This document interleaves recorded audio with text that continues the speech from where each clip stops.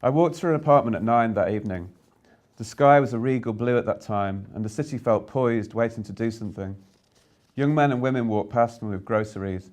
Old ladies walked dogs. Couples sat on walls and benches, tonguing each other unashamedly.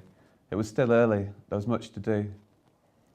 I found Lizzie's apartment and rang the buzzer, and the most beautiful man I've ever seen answered the door. He was clearly Argentine, and I can only describe him, as I apprehended him then, like something from a brochure. His long, dark, glossy hair, honey-coloured skin, perfect brown pools for eyes where one could drop one's soul and never hear a splash. He was smoking a fragrant joint. "You must be Liam," he said, reaching out a hand and leaning forward when I took it to kiss me on the cheek.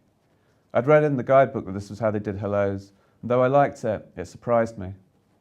I didn't know whether to return it, but he left his cheek there for me, so I kissed him back.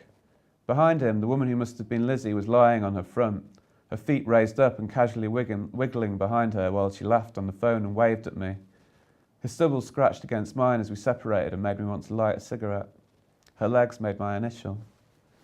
He was introducing himself. "My name is Arturo," he said. "You have just come to Buenos Aires?" I nodded. It was calming to be in a real living room without any calming electronic tango music playing. Arturo had a really good haircut. It shone. He shone. I asked him the question I already knew the answer to. "How do you know Lizzie?" And he just smiled and turned around to look at her. I remember the phone she was talking into was an old-fashioned one with a rotary dial. Her legs were tanned and the soles of her feet looked like they would always be dirty. Some men wouldn't have liked that, but not me and Arturo. In fact, I didn't know who to look at.